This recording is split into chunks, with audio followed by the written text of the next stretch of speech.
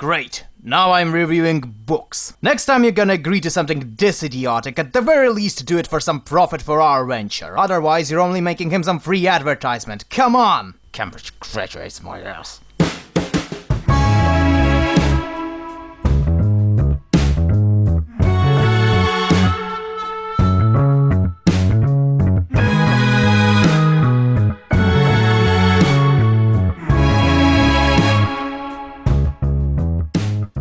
Disclaimer. The author of this book, Petros Asteriou Malosis, asked my employers to review it, and although he kindly proposed us to get it for a lower sum, a bit of persuasion from my side forced them to buy the book like normal people from a retailer, and I wish that said retailer would go bankrupt and every single one who uses it to be infected with the Marburg virus. But I digress. Though I never gained this book for free or for a cheaper price, I am still obliged to inform you about this as stated by my personal code of honor.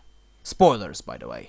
And now, we proceed. So we begin our story with a chapter that made me reminiscent of Homer's Iliad, and my first reaction to it was the same reaction that many modern people have when trying to read Iliad for the first time. Normal people don't talk like that! Thankfully, the writing further on is not as inhuman as in the first chapter, however there's a lot of text that is at the very least peculiarly worded, and sometimes just devolves into pure unadulterated grapheria. This problem has less to do with the author and more with his place of birth, and it's in many ways similar to the problem with German and French. Even though the translator will understand what he is saying, for unprepared German ears, all French basically speak in poetic rhymes. The book tells us about a boy named Phrasos, also called Chorrier, an orphan raised in some swampy Bumfuckistan whose self-deprecation is so massive that I'm more than sure that it's his sexual fetish. And we, the readers, get to view his growth as a character as he travels from his little village into the big world and becomes a hero.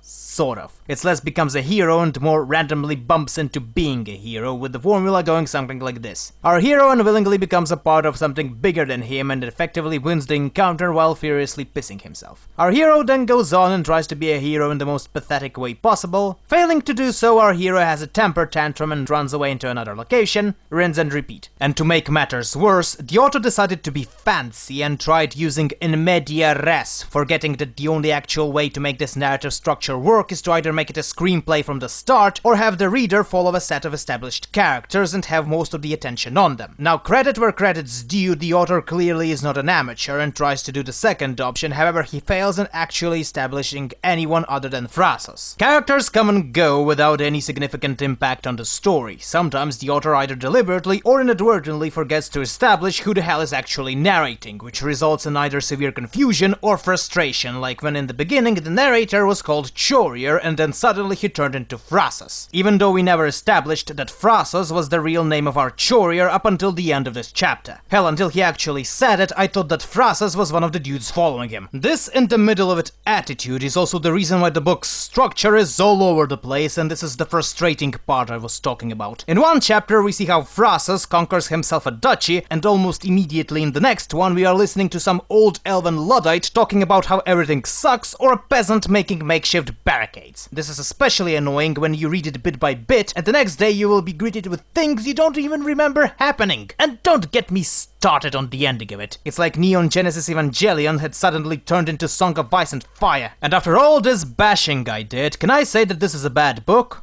Honestly, not really. I mean, I've read worse books in my life, and the biggest sin this book has is that it screams amateur writer all over the place. It is worthy of its $6 or how many dollars we paid for it, but do not consider this to be some sort of masterpiece. At best, you'll read it and forget it in 2 or so days. At worst, you'll be scared away by the first chapter and say that the author is a talentless hack. So if you're watching this, Peter, well, it's not a bad book, you still have a long way to go if you want to be a good writer. Next time, try to keep it all simpler while sticking to your guns, as they are not bad, you just have to master them. Or you can say that I'm a pleb and totally ignore me. As usual, it is entirely up to you to decide.